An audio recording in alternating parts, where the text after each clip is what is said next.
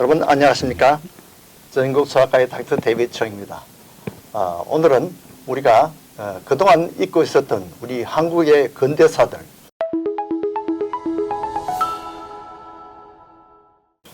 특별히 우리 보험이 들어오기 시작하고 또 한국의 근대의학이 이렇게 발전되게 된 이 동기가 사실은 이 선교사와 보험 선교 사업과 의료 선교가 서로 이렇게 쌍둥이 마차로 서로 이렇게 도움을 주면서 발전했는 것을 우리 지난 주에는 우리 김용호 목사님을 모시고 이 재미있는 이야기를 들었습니다. 오늘도 이 뉴욕 크리스천 아카데미 원장이신 김용호 목사님을 모시고 우리 한국 개신교의 선교 일화들을 들어보도록 하겠습니다. 목사님 안녕하십니까? 안녕하세요. 예, 바쁘신데 이렇게 나와주셔서 감사합니다. 그래서 지난번에도 조금 이야기를 들었는데 이 고종과 이렇게 의료 선교사들이 민영이 부상을 통해서 서로 관계를 맺게 되었고, 그로 인해서 이 한국에서 이 보험 사역이 배척을 받지 않고 많이 이렇게 친화적으로 정부와 친하게 된 그런 동기가 있는데, 특별히 고종과의 그 관계와 또 민비와의 또 이야기가 또 있는 것 같은데 한번 들어보겠습니다. 목사님 말씀해 주시죠. 네, 민비는 보통 중전마마보다는 훨씬 더 활동과 또 파워가 있었죠. 그런데 민비도 사람이니까 아프죠. 예.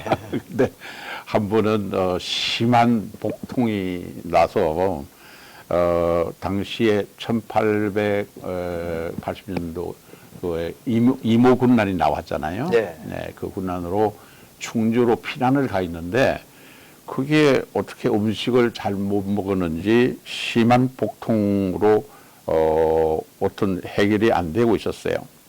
근데 이 민비는 다른 당시의 정치도자나 마찬가지로 항상 자기를 보살펴주는 무당이 있었어요.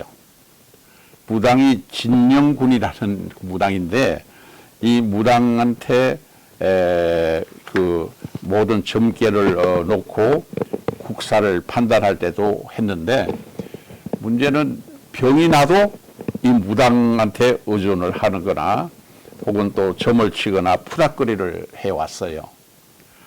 그런데 민비가 어느 날 갑자기 심한 복통으로 거의 사경을 헤매게 되니까 무당 진령군은 평소에 하는 대로 푸닥거리를 했고 여러 가지 노력을 했지만은 아무런 효험이 없어서 생명의 위협을 느끼게 되니까 이때 민비가 제중원에 있는 양의사, 즉 말하면 미국에서 온 그 의료 선교사를 불렀는데, 그때 부름을 받은 분이 역시 민비는 여성이니까 여성의사를 불렀는데, 그 여성의사가 바로 누구냐면 릴리어스 호턴이고 나중에 처음 우리나라에 온 선교사 언더우드하고 결혼을 했죠. 네. 근데 이 릴리어스 호턴이 급히 대궐로 달려가 가지고 민비에게 진통제를 놓고 이 복통에 해당되는 약을 먹였더니 기적처럼 신통하게 그 통증이 없어지고 그 고통에서 이렇게 치료가 되면서 민비가 이 이제 서양 의사를 신임하게 됐어요. 네. 더 이상 무당이 아니야. 네. 아프면 무당한테 가면 안 된다. 아프면 의사님한테 가야 되는데 나는 여자 의사님에게 가고 싶다 해서 결국은 고종 황제의 의사는 알렌이라는 남자고, 그 다음에 민비에 담당하는 그 의사는 이 릴리어스 호톤이 되었다는 그러면서 결국은 의사와 관계를 맺는다는 것은 서양 문화, 서양 의술 여러 가지 친분을 갖게 되고, 그것으로 인해서 이 의료 선교 사업이 왕과 민비로부터 신임을 받았다는 것이 이거는 놀라운 참 기적과 같은 선교의 길이 열렸다고 그렇게 하는 데서 하나님의 축복이라고 봐야 되겠죠. 네. 그렇죠. 네. 네, 그래서 의료 선교사들이 우선 정부와 친해지니까 그 다음에 이 복음 선교사들이 또 이렇게 의료 선교사들과 협조해서 이렇게 또 좋은 관계를 가지고 사역을 잘 감당했던 것으로 알고 있는데요. 그에 대해서 좀 말씀해 주시죠. 한미 조약에 의해서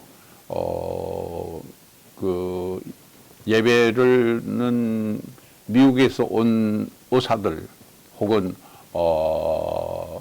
그 공간에 왔던 직원들을 위한 예배는 드리지만 한국인에 대한 예배는 혹은 또 길거리 전도를 못하게 했기 때문에 복음 선교사들이 갈 수 있는 곳은 결국은 의료 선교사가 있는 병원에 있을 수밖에 없어요. 네.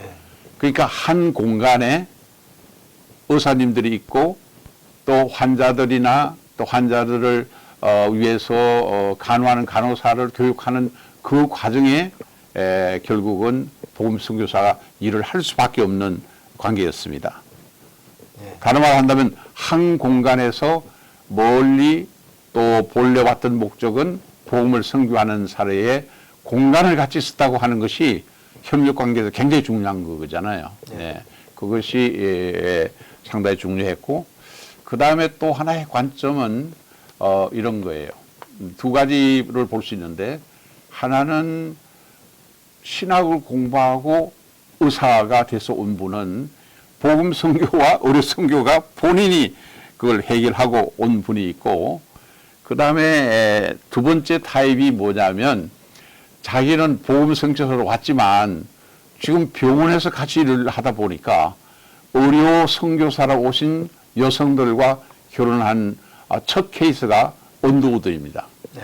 그리고 평양에서 복음을 전가한 모펫도 여자 의사하고 결혼을 했던 그 관계가 우리에게 눈에 보입니다. 그러니까 집에 있으나 병원에 있으나 함께 부부가 일할 수 있는 그 관계가 마치 의료 선교와 복음 선교가 어느 곳이나 같이 있는 그 출발로 했다는 점이 굉장히 중요하고 또 우리가 이 관점을 가지고 보면 의료 선교사로 왔으니까 나는 의료 선교만 하겠다 혹은 나는 복음 선교로 왔으니 복음 선교만 하겠다 그런 관계가 아니라 육적으로 영적으로 새로운 지식과 새로운 치료를 하는 치유자로서 함께 있다는 것은 굉장히 괄목할 만할 수가 있겠습니다. 그래서 이 한국 초기 의료 선교 사업이 마치 그 예수님의 선교 활동처럼 예수님도 복음을 전하고 또 기적을 행해서 환자들을 고치시고 이런 예수님의 선교 활동과 어떤 모방점이 있지 않을까요? 거기에 대해서 좀 말씀해 주시죠. 뭐 정확하게 보셨습니다. 왜냐하면 복음서를 읽어보면 예수님이 두 가지 큰 역할을 했다는 것을 잘 기록하고 있는데 하나는 말씀을 가르치시고 다른 하나는 병자들을 고치셨다는 것이 계속 나오고 있습니다.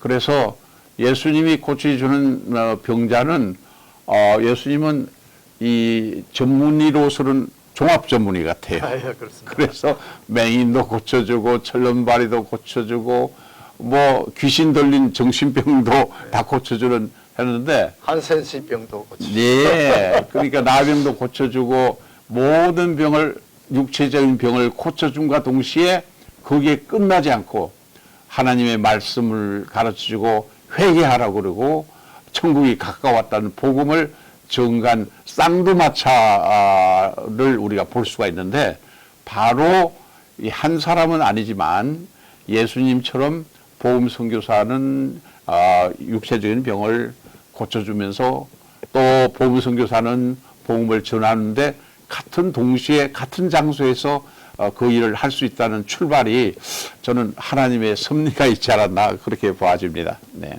예, 우리 예수님의 목회가 성공적이었다면 우리 한국의 선교도 이 복음 선교와 의료 선교가 함께 이렇게 쌍두마차로 이렇게 같이 일했기 때문에 병을 고치고 또 이렇게 사람들이 친화력을 가지고 또 관심을 가지고 이렇게 의지하게 돼서 정말 우리 대한민국의 복음화가 빨리 된 것 같습니다.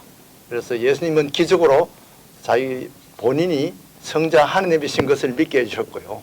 또 우리 의료진을 통해서 이 사랑과 복음이 전파되게 된 것입니다. 이렇게 우리 오늘날도 우리 대한민국의 의료진이 상당히 발전했는데요. 모든 의료진들이 다 복음의 사역자가 되어서 이렇게 함께 병행했으면 좋겠습니다. 목사님 바쁘신데 오늘 또 이렇게 좋은 말씀 해주셔서 감사합니다. 여러분들에게도 이러한 영육간에 병 고치는 은사가 있게 하여 주시기를 축복해 드립니다. 안녕히 계십시오.